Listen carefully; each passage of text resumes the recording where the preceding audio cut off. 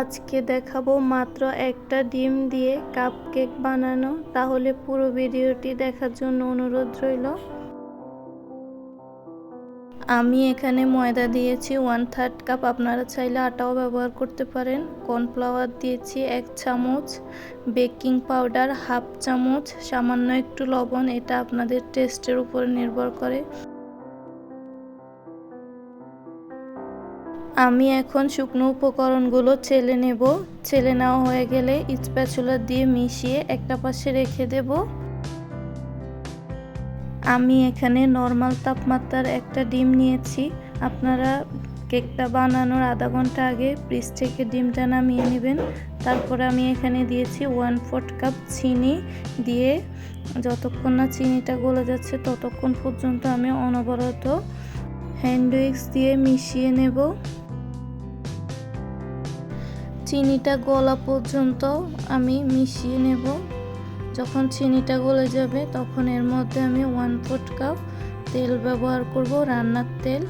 Vanilla essence 3-4 ফোঁটা দিয়ে আমি কিছুক্ষণ মিশিয়ে তারপরে আমি অল্প অল্প করে শুকনো উপকরণগুলো মিশিয়ে নেব।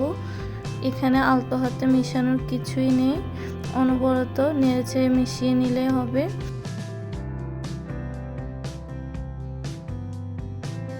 শুকনো উপকরণ মেশানো হয়ে গেলে এখন আমি এখানে 2 চামচ তরল দুধ ব্যবহার করব। বেটারের ঘনত্বটা এরকম হবে, একবারে ঘনও না একবারে পাতলাও না, মিডিয়াম ভাবে রাখবেন।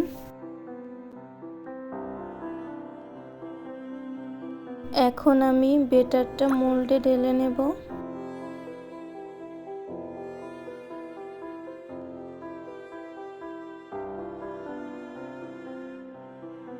একটা কাঠি দিয়ে ভিতরের হাওয়াগুলো বের করে দেব।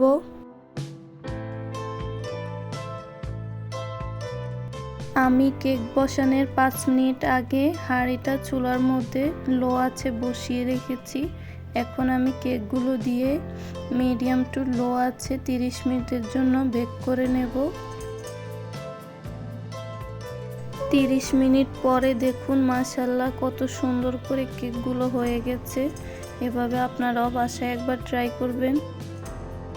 আর আমার ভিডিওটি যদি আপনাদের একটুও ভালো লেগে থাকে তাহলে লাইক কমেন্ট দিয়ে পাশে থাকবেন, তাহলে আমি আরেকটা ভিডিও বানানোর জন্য উৎসাহ পাবো।